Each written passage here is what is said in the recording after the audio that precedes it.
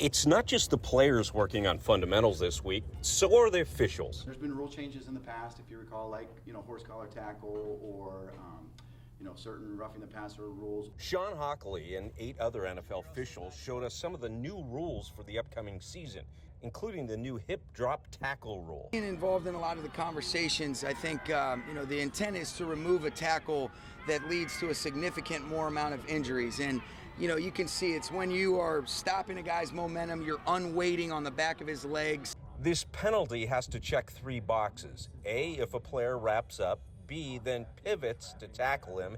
And C, then drops down to the leg. That's a penalty, and it's not reviewable. Such a split-second decision, right? And we make so many of those on the field that it's just another one that we kind of have to add to our in the back of our head. What's the bigger challenge here? Physically making the change or mentally thinking in that split second? When you're playing through that play in your head and you're, form fit and you're trying to make your hit, that's where you need to train yourself to not put yourself in situations where you necessarily would need to hip drop somebody. If there is a new rule to tackle this upcoming season, it's the kickoffs. Last year, they saw the fewest returns in NFL history.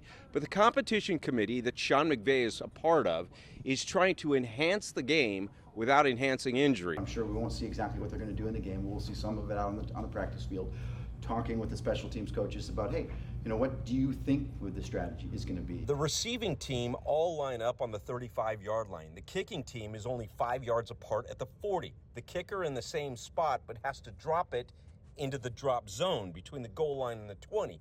The big issue, no one moves until the receiver touches the ball or it hits the ground.